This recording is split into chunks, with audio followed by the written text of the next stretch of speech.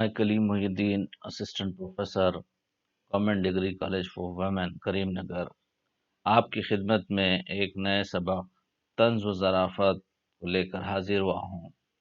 اس کے لکھنے والے ہیں مرزا فرحت اللہ بیگ۔ آج کے اس سبق کے اندر آج ہم جانکاری حاصل کریں گے طنز و مزاح، طنز و ظرافت کسے کہتے ہیں، اور مرزا فرحت اللہ بیگ کا تعارف بھی آپ کے سامنے پیش کیا جائے گا۔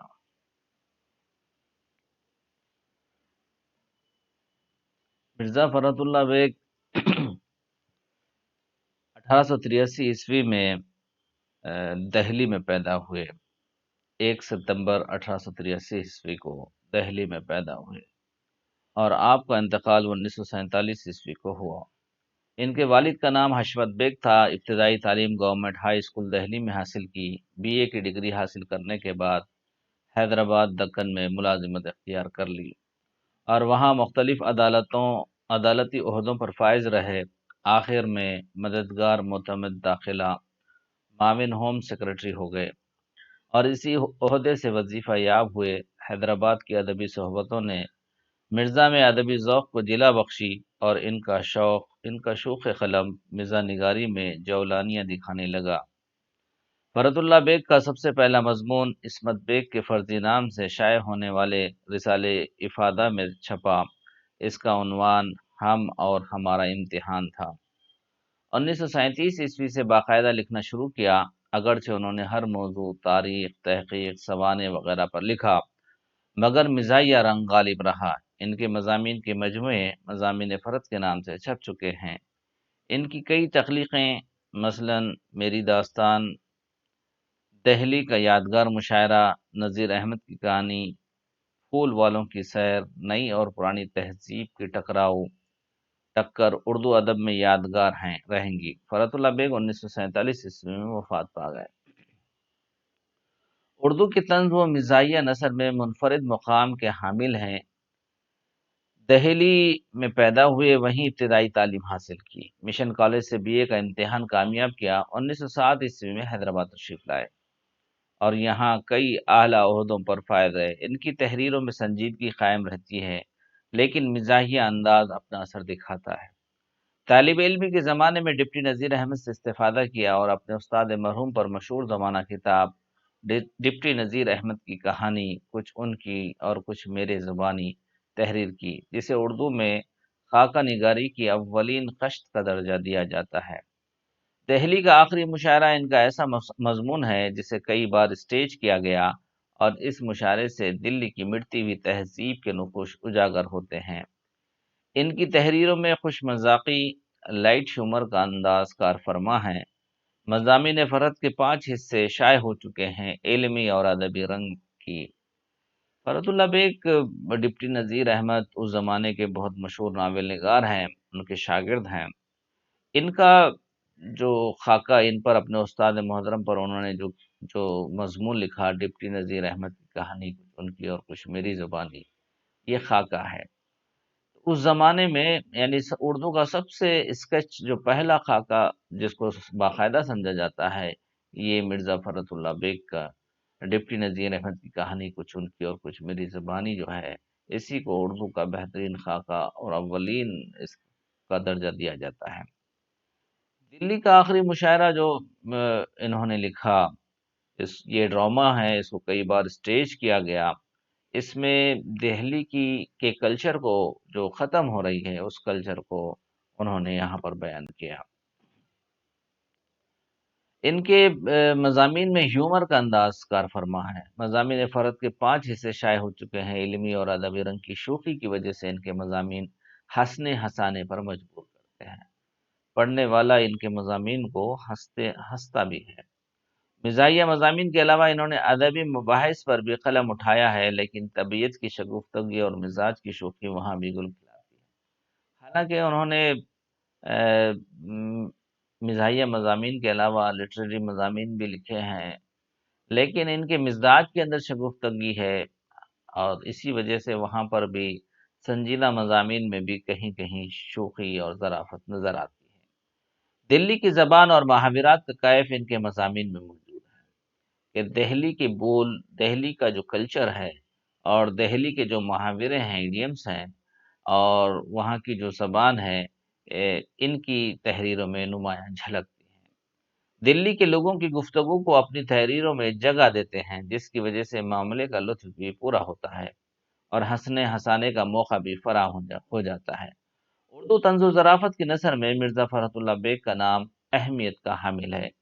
چنانچہ ان کا ایک مضمون مردہ بدست زندہ ان کے طنز و مزاح کی نمائندگی کے لیے نصاب میں شامل کیا جا رہا ہے۔ ان کا ایک مضمون ہے مردہ بدست زندہ، یعنی آدمی جب مر جاتا ہے، انتقال ہو جاتا ہے، تو وہ زندہ لوگوں کے ہاتھ میں ہوتا ہے، اس کو نہلایا جاتا ہے، کفنایا جاتا ہے، پھر دفنایا جاتا ہے۔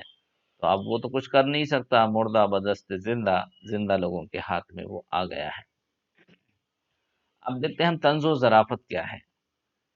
طنز، سیٹائر اور ظرافت ہیومر کو صنف کی حیثیت نہیں بلکہ ذریعے اظہار کا درجہ حاصل ہے، جو نہ صرف شاعری میں بلکہ نثر نگاری کے دوران بھی استعمال کیا جاتا ہے۔ طنزیہ و مزاحیہ شاعری کے ساتھ ساتھ طنزیہ اور مزاحیہ نثر کے وجود سے انکار نہیں کیا جا سکتا۔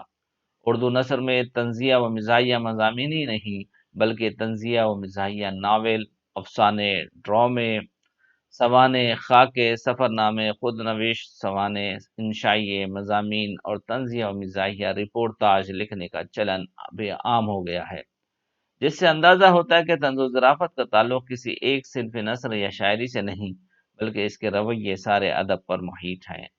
نثر کے ضمن میں طنز و ظرافت کا وجود قدیم دور سے ہی رہا، تاہم اردو نثر میں سب سے پہلے منشی سجاد حسین نے رسالہ اونت پنج کے توسط سے طنزیہ و مزاحیہ ادب کی بنیاد رکھی اور سب سے پہلے مزاحیہ مضامین، مزاحیہ ناول لکھے اور مزاحیہ خاکے اڑائے گئے، جس کے بعد اردو نثر میں باضابطہ طنز و مزاح کو نثری اور شعری اصناف میں استعمال کیا گیا، جس کا سلسلہ آج تک بھی جاری ہے۔ طنز و ظرافت جو ہے یہ صرف نثر میں نہیں بلکہ شاعری کے اندر بھی ہے۔ منشی سجاد حسین کا جو رسالہ اودھ پنج نکلتا تھا لکھنؤ سے، یہ اس زمانے کا سب سے اولین ام، یوں سمجھے رسالہ تھا جس کے اندر طنزیہ اور مزاحیہ مضامین باندھے جاتے تھے۔ ان کی ایک ناول بھی ہے، ناول کے اندر خوجی کا جو کردار ہے وہ بھی مزاحیہ کردار ہے۔ طنز و ظرافت کے مختلف انداز، حقیقت کی تلقین کے لیے ایسا اظہار جس میں چبھن کا احساس ہو، جو ہنسانے کے ساتھ ساتھ رلانے کی کیفیت کو اجاگر کرے، اسے طنز کہا جاتا ہے۔ زندگی کے ناہمواریوں اور سماج کے اونچ نیچ کے علاوہ بھید بھاؤ کو جڑ سے اکھاڑنے کے لیے جراحی کا کام انجام دینے والا انداز طنز ہے۔ طنز کے ذریعے زخم پر پھار رکھنے کے ساتھ ساتھ جلن کا احساس بھی نمایاں ہوتا ہے۔ طنز کو صدائے احتجاج اور اصلاح کا ذریعہ قرار دیتے ہوئے خواجہ عبدالغفور نے بتایا ہے کہ ہنسنے ہنسانے کے ساتھ چٹکی لینے کا انداز طنز ہے، اور انہوں نے طنز کے مختلف انداز کو بیان کیا ہے۔ جو انداز اس میں سے ایک ہے شگفتہ طنز، استہزاء، خندہ، استہزاء، لا یعنی استہزاء، مذاق، عملی مذاق، تفنن، چبھتا مذاق، بدہی گوئی، برجستہ گوئی، لب بندی، ٹھاٹھا، مقول، ہنسی اور قہقہ، گلوگیر ہنسی، چکلس، اقا، قلقل، زیر لب تبسم، جگ ہنسائی قلقاری کے نام سے مشہور ہیں۔ یعنی یہ 21 انداز کو بیان کیا، جس میں چکلس بھی ہے، زیر لب تبسم یعنی ایسا کہ آدمی زیادہ ہنستا نہیں بلکہ اندر ہی اندر مسکراتا ہے، لوگیر ہنسی یعنی ایسا انداز جس سے لوگ یعنی پورا زبان اور پوری یوں سمجھیے کہ بہت زور سے خیخہ لگا کر ہنستا ہے۔ یہ سارے طنزیہ انداز اس کے اندر ملتے ہیں۔ طنز کی خوبی یہ ہوتی ہے کہ اس کے ذریعے ہنسانے کی تکمیل کے ساتھ ساتھ اصلاح کے مقصد کو بھی پیش نظر رکھا جاتا ہے۔ اس طرح طنز ایک مشکل فن ہے جو تلوار کی کاٹ کا درجہ رکھتا ہے، جس کے بعد طنز نگار زخموں کے اندر مال کے لیے اندمال کے لیے مرہم پٹی کا کام بھی انجام دیتے ہیں۔ زخم بھی لگاتے ہیں، پھر اس کو مندمل کرنے کے لیے مرہم پٹی کا بھی کام کرتے ہیں۔ مزاح یا ظرافت کے ذریعے صرف اور صرف ہنسنے ہنسانے کا موقع فراہم ہوتا ہے، زندگی کے مضحک پہلوؤں کو اجاگر کر کے کبھی خود پر ہنسنا یا پھر دوسروں کے لیے تفریح طبع کا سامان بہم پہنچانا مزاح یا ظرافت کے ذریعے ممکن ہے۔ الفاظ، جملے، فقرے اور چست بندش کے ذریعے ہی مزاح پیدا نہیں ہوتا، بلکہ لطیفہ گوئی، بزلہ سنجی اور برجستہ گوئی کے ذریعے مسکرانے اور چہچانے کی کیفیت پیدا کی جائے تو یہ عمل مزاح کہلائے گا۔ تو طنز و ظرافت کے اندر جو ہے شاعر ہنسنے ہنسانے ہی کا کام نہیں لیتا، بلکہ عبدالغفور کے بقول ایک چٹکی بھی لے لیتا ہے، یعنی اس سے درد اور تکلیف کا احساس بھی ہوتا ہے۔ طنز و ظرافت کے ذریعے سے شاعر یا نثر نگار سماج میں موجود جو برائیاں ہیں وہ برائیوں پر نشتر لگاتا ہے، جس کی وجہ سے جلن کا احساس انسان کو ہونے لگتا ہے۔ مزاح میں لطف اور ذہانت کو دخل ہوتا ہے، افسردگی، ملول یا اس کا انداز مزاح میں شامل نہیں ہو سکتا۔ مزاح اور ظرافت ایک ہی چیز ہے۔ خوش مزاقی، زندہ دلی اور مزاح کا خیز انداز مزاح اور ظرافت کا دخل ہے۔ پیشہ ور مسخرے، بہروپیے، بھانڈ، نٹ، نقال، بھاٹ اور کنجڑے اپنے عمل اور رویے سے ہنسنے ہنسانے کے مواقع فراہم کرتے تھے۔ دور حاضر میں صحافی، ادیب، کارٹونسٹ، کالم نویس اپنے عمل کے ذریعے مزاح کے بہترین نمونے پیش کرتے ہیں۔ مزاح میں مسکراہٹ سے بات آگے بڑھتی ہے تو ہنسی کا مقام آتا ہے، جس کے بعد کھلکھلا کر ہنسنے کا مقام آتا ہے، اور جب بات مزید آگے بڑھتی ہے تو ہنسی کے فوارے چھوڑتا اور قیقے کی شکل اختیار کر لیتا ہے۔ مزاح یا ظرافت کے ذریعے یہی کام مکمل ہوتا ہے اور انسان ہنستے ہنساتے ہوئے زندگی کے بوجھ کو کم کرنے کا اہل بنتا ہے۔ تو یہ انداز آج کل بھی رائج ہے۔ مختلف کارٹونسٹ اور کالم نویس جو ہے ہنستے ہنساتے ہوئے سماج میں موجود برائیوں کو پیش کرتے ہیں۔ آج کل تو کارٹونسٹ اخبارات میں بہت اچھے کارٹون بناتے ہیں، جس کے ذریعے سماج میں پھیلی برائیوں کا ذکر کرتے ہیں۔ اب اس کا تاریخی جائزہ لیں گے۔ اردو نثر میں طنز و مزاح کی روایت کا آغاز منشی سجاد حسین کے رسالے اودھ پنج سے وابستہ قلمکاروں کی تحریروں سے ہوتا ہے۔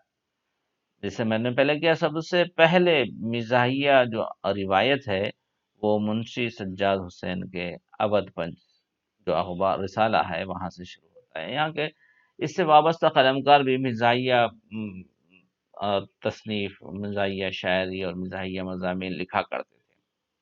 ان کی ادارت میں رسالہ 1877 سے 1916 تک جاری رہا، اتنا لمبا عرصہ۔ اس جریدے میں ادب، صحافت اور مذہب کے موضوعات پر اظہار خیال کے ساتھ ساتھ طنز و مزاح کے طریقوں سے روشناس کروانے کا طریقہ عام رہا، اور اودھ پنج کی مقبولیت اسی بنیاد پر رہی کہ اس رسالے نے مذہب بیزاری، انگریزی طریقوں کی تقلید اور مشرقی تہذیب اور اخلاق سے بے نیازی کو نشانہ بنا کر مضمون نگاری کا آغاز کیا۔ خود منشی سجاد حسین کے طنزیہ و مزاحیہ ناول حاجی بغلول اور احمق الدین اپنی نوعیت کی انفرادی ناول ہیں۔ اودھ پنج کے ذریعے ہی رتنا سرشار کا ناول فسانِ آزاد بالاقساط شائع ہوا، جس میں اردو کا اولین مضحک کردار خوجی اپنی حماقتوں اور بزلہ سنجیوں سے خوب رنگ جماتا ہے۔ اودھ پنج سے وابستہ طنزیہ و مزاحیہ نثر نگاروں کے قافلوں میں پنڈت تربھون ناتھ ہجر، مرزا مچھو بیگ ستم ظریف، نواب سید محمد آزاد، منشی جوالا پرساد برق، پنڈت رتنا سرشار شامل ہیں۔ جبکہ شاعروں میں اکبر الہ آبادی، برج نارائن چکپس نے خود کو اودھ پنج کے قلمکاروں میں شامل کیا۔ سرسید سے وابستہ رفقا کو اردو کے عناصر خمسہ کہا جاتا ہے۔ تو اودھ پنج کے بعد طنز و ظرافت کو فروغ دینے کی روایت کا آغاز ہوا۔ مرزا فرحت اللہ بیگ نے دہلی کے ٹکسالی زبان استعمال کرتے ہوئے پر لطف مزاح کی بنیاد رکھی، جسے پڑھ کر قاری قیقہ نہیں لگا سکتا لیکن متبسم ضرور ہو جاتا ہے۔ مضامین فرحت کی کئی جلدیں شائع ہو چکی ہیں۔ رشید احمد صدیقی نے طنز و مزاح کے امتزاج سے اپنی تحریروں کو وابستہ رکھا۔ ان کی تحریروں میں علی گڑھ کی خوشبو رچی بسی ہے۔ ان کی تصانیف مضامین رشید، خنداں، گنج ہائے، گرام آیا، ہم خفسان رفتہ، آشفتہ بیانی میری اور طنزیات و مضحکات کی وجہ سے تنزیہ و مزاحیہ نثر کو سربلندی حاصل ہوئی۔ احمد شاہ بخاری پطرس نے صرف مضامین پطرس کے ذریعے اردو طنز و مزاح کے مقام پیدا کیا۔ عظیم بیگ چغتائی کے افسانوی مجموعے شریر بیوی، کولتار اور خانم کو طنزیہ و ظریفانہ نثر کی حیثیت سے شہرت حاصل ہوئی۔ ملار غوری گلابی اردو کی وجہ سے شہرت رکھتے ہیں۔ ان کی نثر ناصحانہ انداز میں اصلاح کا حق ادا کرنے کا وصف رکھتی ہے۔ شوکت تھانوی اپنے عہد کے کامیاب طنز و مزاح نگار قرار پائے ہیں۔ انہوں نے موج تبسم، بحر تبسم، سیلاب تبسم اور طوفان تبسم کے علاوہ داماد تحریر کیا، جس میں طنز و ظرافت کوٹ کوٹ کر بھری ہوئی ہے۔ اسی طرح کنیا لال کپور، فکر تونسوی، ابن انشا، مشتاق احمد یوسفی، یوسف ناظم اور مشتبہ حسین جیسے قلم کاروں نے اردو میں طنز و مزاح کی روایت کو مضمون سے آگے بڑھا کر افسانہ، خاکہ، سفر نامہ، خود نوشت کے علاوہ سوانے میں بھی طنز و مزاح کے انداز کو پیش کرنے کی روایت کو مستحکم کیا۔ اس طرح آزادی کے بعد اردو میں طنز و مزاح کی روایت جس قدر مستحکم ہے، اس قدر مقبولیت کسی اور طرز کو حاصل نہیں ہے، جو ماہنما شگوفہ کی رہن منت ہے۔ یہ طنز و ظرافت کے بارے میں تاریخی جائزہ تھا کہ طنز و ظرافت کہاں سے شروع ہوئی۔ طنز و ظرافت منشی سجاد حسین کا جو رسالہ ہے اودھ پنچ سے شروع ہوا، اور پنڈت رتن ناتھ سرشار کے ناولوں اور اس زمانے کے جتنے بڑے بڑے جو منشی سجاد حسین کے رسالے سے وابستہ تھے، سب نے مزاحیہ اور طنزیہ مضامین لکھے، ناول لکھے، خاکیہ لکھے، کہ یہ جو صنف ہے، صنف کا درجہ تو نہیں ہے، ہر صنف میں اس کو پایا جاتا ہے۔ یعنی ناول کے اندر بھی طنز و مزاح ہو سکتا ہے، طنز و ظرافت ہو سکتا ہے، افسانے میں بھی ہو سکتا ہے، خاکے میں بھی ہو سکتا ہے، مضامین میں بھی ہو سکتا ہے، اور ڈراموں میں ہو سکتا ہے، اور اسی طریقے سے سوانے کے اندر بھی ہو سکتا ہے۔ اسی طریقے سے فرت اللہ بیگ کا ایک مضمون ہے مردہ بدست زندہ۔ اس کے کچھ اقتباسات آپ کے سامنے پیش کرتے ہیں کہ مردہ بدست زندہ کسی کا انتقال ہو جائے تو کیسی مطلب انتقال کے بعد لوگوں کی کیسی کیفیات ہوتی ہیں، کس قسم کے لوگ ہوتے ہیں، اس کا اندازہ انہوں نے بہت اچھے انداز سے لگایا۔ تو اس کی ابتدا انہوں نے ایسے کرتے ہیں: زمانے نے خلوص دلوں سے مٹا دیا، سچی محبت کی جگہ ظاہرداری نے لے لی ہے، نہ اب جینے میں کوئی سچے دل سے کسی کے ساتھ دیتا ہے، اور نہ مرنے کے بعد قبر تک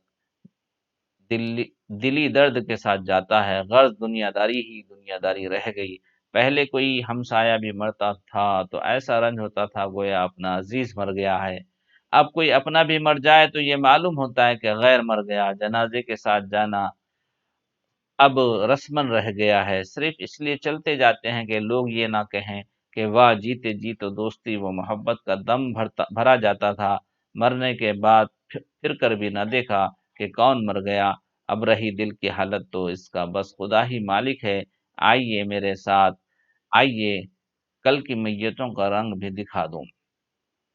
یہ کہہ رہا ہے کہ اس میں فرت اللہ بیگ نے بالکل سچ لکھا ہے کہ آج کل لوگ دلوں سے مطلب خلوص دلوں سے چلے گئے، خالص پیورٹی ختم ہو گئی، سچی محبت کی جگہ دکھاوا آ گیا، ظاہرداری آ گئی، نہ جینے میں کوئی کسی کے ساتھ سچے دل کا ساتھ دیتا ہے، مرنے کے بعد بھی کوئی سچے دل سے یعنی اس کے ساتھ جاتا ہے، بلکہ یوں سمجھیے کہ لوگ کیا کہیں گے، زندگی میں تو دوستی اور محبت کے دم بھرتے تھے، لیکن مرنے کے بعد تو پلٹ کر بھی نہ دیکھا، لوگ کیا کہیں گے، اس نیت سے لوگ آتے ہیں۔ پہلے زمانے میں اگر پڑوسی میں بستی میں کوئی مر جاتا، پڑوسی بھی مر جاتا، تو ساری بستی والے اس کے غم و درد میں مطلب شامل ہو جاتے تھے، لیکن اب اپنا بھی مر جاتا ہے تو اس کے دل میں وہ تکلیف نہیں ہوتی۔ یہ لیجئے سامنے ہی کے مکان میں کسی صاحب کا انتقال ہو گیا ہے، کوئی بڑے شخص ہیں، سینکڑوں آدمی جمع ہیں، موٹریں بھی ہیں، گاڑیاں بھی ہیں، غریب بھی ہیں، امیر بھی ہیں، بیچارے غریب تو اندر جا بیٹھے ہیں، کچھ پڑھ بھی رہے ہیں، جتنے امیر ہیں وہ یا تو اپنی اپنی سواریوں میں بیٹھے ہیں یا دروازے پر کھڑے سگریٹ پی رہے ہیں، جو غریب آتا ہے وہ سلام کرتا ہے اور اندر چلا جاتا ہے، جو امیر آتا ہے وہ ان باہر والوں ہی میں مل کر کھڑا ہو جاتا ہے۔ پہلا سوال یہی ہوتا ہے: کیا مر گئے؟ بھائی ہمارے تو بڑے دوست تھے، اتنا کہا اور اپنی جیب سے سگریٹ کا بکس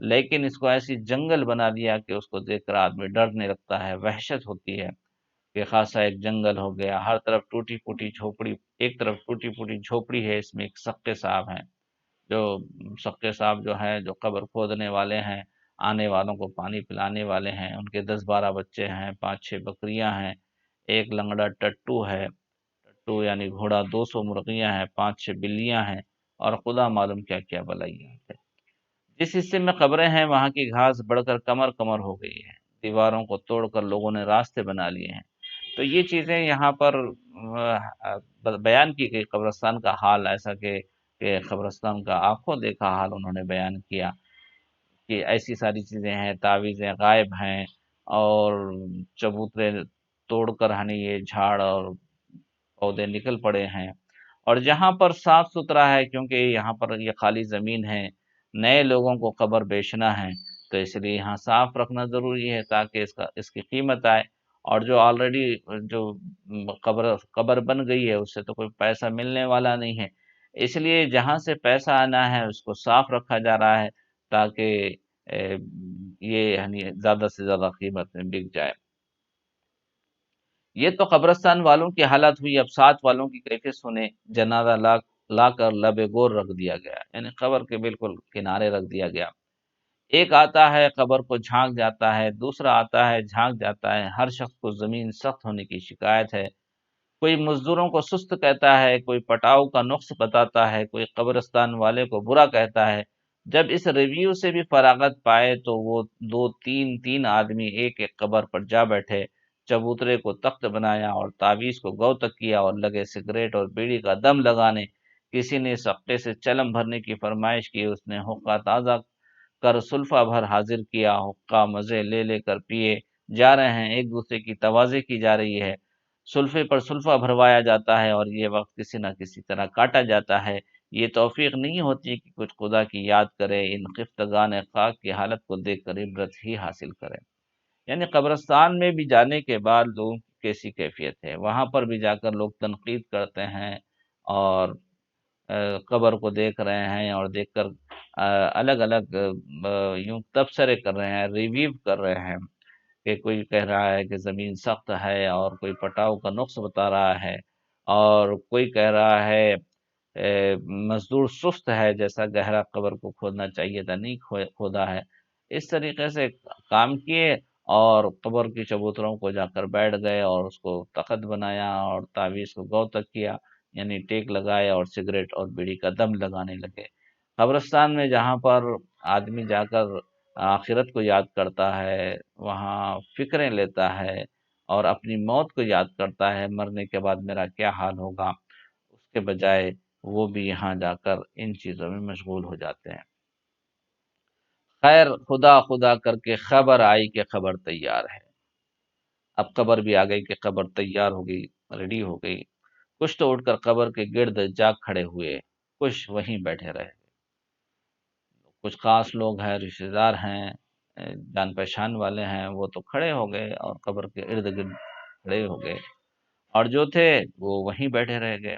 ایک صاحب نے قبر میں اتر کر گلاب اور عود چھڑکا، ایک نے میت کے اوپر کی چادر سمیٹی، چادر میں بل دیے، اور دو صاحبوں نے مٹھی کے سرے پکڑ کر میت کو اٹھایا۔ 8-10 نے غل مچایا، سنبھال کے، میت بھاری ہے، کمر کے نیچے چادر دو، ارے میاں اپنی طرف گھسیٹو، ہاں آہستہ سے آہستہ۔ یہ انداز بیان کیا کہ قبرستان میں عموماً یہی ہوتے ہیں الفاظ، کہ بڑے لوگ جو دور ہوتے ہیں، کمزور ہوتے ہیں، جو اس کو ہاتھ نہیں لگا سکتے، وہ اپنے تجربے کے حساب سے آواز لگاتے ہیں کہ میاں ایسا کرو ویسا کرو، اور میت وزن دار ہے اس لیے آہستہ سے پکڑو۔